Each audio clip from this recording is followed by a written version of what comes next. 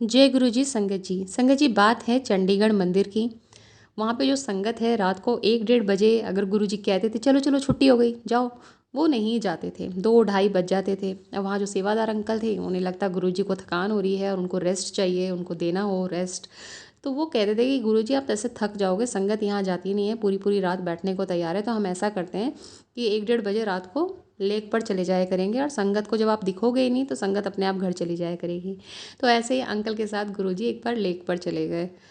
थोड़ी देर बाद वहाँ पर देखते हैं रात के 2 ढाई बज रहे हैं, पता नहीं एक कपल कहाँ से वहाँ पर आ गया घूमता हुआ। कहते हैं गुरुजी आप यहाँ पर हैं, और वो बात बात करने लगे। तो अब अंकल कहते हैं किसी को बताना मत कि हम यहाँ पर आते हैं। तो उन्होंने कहा ठीक है। अब अगले दिन जब गुरुजी फिर से अंकल के साथ लेक पर गए तो गुरुजी के आने से पहले 300 400 संगत वहाँ ऑलरेडी खड़ी हुई थी। संगत जी तो इतना प्यार संगत का गुरुजी से, वो तो छोड़े ही ना संगत की। गुरुजी हमेशा बस उनके साथ रहें, घर जाने तक का भी मन नहीं करता था संगत का उन्हें छोड़कर। ऐसा चाम, ऐसा खिंचाव।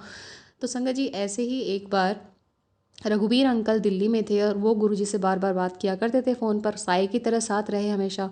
तो उनको आवाज़ से लग गया कि गुरुजी थोड़ा बीमार से लग रहे हैं। तो वो कहते हैं गुरुजी अब मैं नहीं रुकूंगा, मैं आ रहा हूँ। अब वो जाते हैं और देखते हैं कि गुरुजी अकेले रात को अलग बिल्कुल पीछे की तरफ बैठे हुए थे, फॉग में, लॉन जो है वहाँ पर उसमें।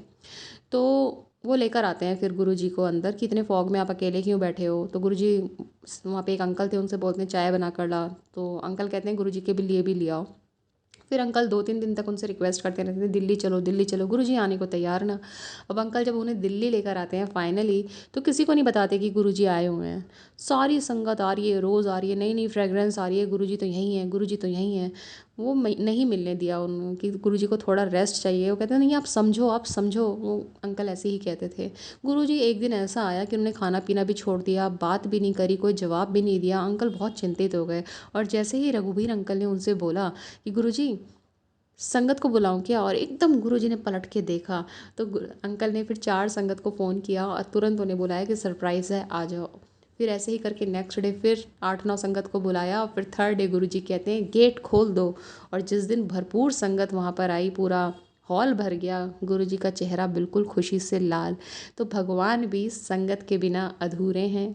गुरुजी अपनी संगत को इतना प्यार करते कि उनके लिए खाना पीना तक छोड़ दिया, बात करनी तक छोड़ दी। क्या हम ऐसा कर पाते हैं संगत जी?